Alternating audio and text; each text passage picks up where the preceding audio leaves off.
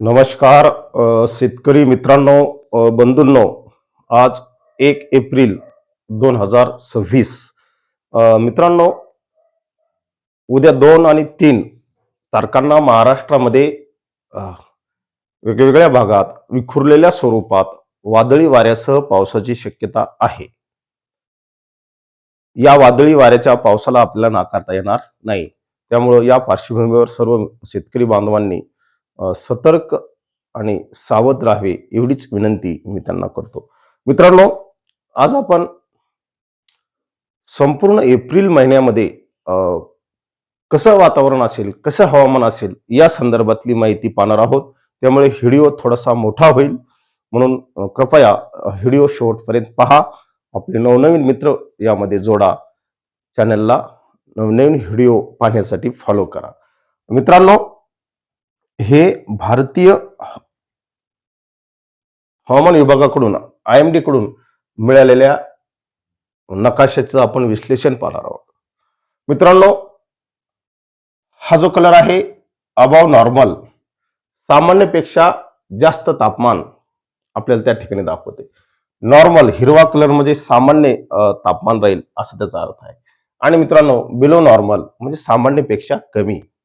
आपण जर या नकाशावर नजर टाकली तर मित्रांनो, आपल्याला जो हा पट्टा आहे यामध्ये राजस्थान आहे, गुजरात आहे, मध्य प्रदेश आहे, महाराष्ट्राचा भाग आहे. ज्या महाराष्ट्रामध्ये मित्रांनो नेहमीपेक्षा जास्त तीव्र उन्हाळा असतो. तीव्र उन्हाळा एप्रिलच्या नंतर राहणार सुद्धा आहे. परंतु एप्रिल मित्रांनो, अवकाळी पावसाच्या पार्श्वभूमीवर एप्रिल महिना हा सामान्यपेक्षा कमी तापमानाचा असेल. फार तापदायक एप्रिल महिना राहणार नाही. एप्रिल महिन्यामध्ये हीट वेव्ह येण्याची शक्यता फार कमी आहे. हे IMDने सांगितलेले आहे. IMDच्या म्हणण्यानुसार आपण हे सर्व सांगत आहोत. इतरही मॉडेल त्याला दुजोरा देत आहेत. मित्रांनो, हे सुद्धा IMDचंच पावसा संदर्भातलं विश्लेषण करणारं मॉडेल आहे. एप्रिलचा पाऊस दर्शवणारं हे मॉडेल आहे. आपण जर या ठिकाणी पाहिलं तर मित्रांनो, हे मॉडेल साधारणतः महाराष्ट्राचा दक्षिण भाग, कर्नाटकमध्ये सरासरीपेक्षा अधिक पाऊस दाखवत आहे. लक्षात घ्या, IMDचं हे मॉडेल आहे. अबाव नॉर्मल सामान्यपेक्षा थोडासा जास्त पाऊस या ठिकाणी या मॉडेलने आपल्याला दाखवलेला आहे. त्यामुळे एकूणच राज्यामधील जे वातावरण असणार आहे ते थंड हवामान असणार आहे. एप्रिलचा महिना त्या मानाने थंड जाईल असं एक आपल्याला अनुमान या निमित्ताने निघतं. परंतु मित्रांनो, हा दीर्घ पल्ल्याचा अंदाज आहे. यामध्ये चेंजेस होऊ शकतात. हवामान ही सातत्याने बदलणारी घटना आहे. याकडे सुद्धा आपल्याला डोळे झाक करता येणार नाही. मित्रांनो, दुसऱ्या ECMWच्या मॉडेलनुसार आपण या सर्व गोष्टी समजून घेऊ. मित्रांनो, हे 13 एप्रिल ते 20 एप्रिल पर्यंत दर्शवणारं हे मॉडेल आहे. या ठिकाणी मित्रांनो, आपल्याला 13 एप्रिल ते 20 एप्रिलच्या दरम्यान पावसाच्या ऍक्टिव्हिटीज कमी असतील राज्यामध्ये, हे दाखवलेलं आहे या मॉडेलने आपल्याला राज्यातील पावसाच्या ऍक्टिव्हिटीज फार कमी दाखवलेल्या आहेत. अगदी पूर्व विदर्भ जर सोडला तर फारशा पावसाच्या ऍक्टिव्हिटीज राहणार नाहीत. 6 एप्रिल पासूनच मित्रांनो राज्यातील पाऊस हा कमी होत आहे. तो 13 एप्रिल ते 20 एप्रिल पर्यंत त्याची शक्यता कमी आहे.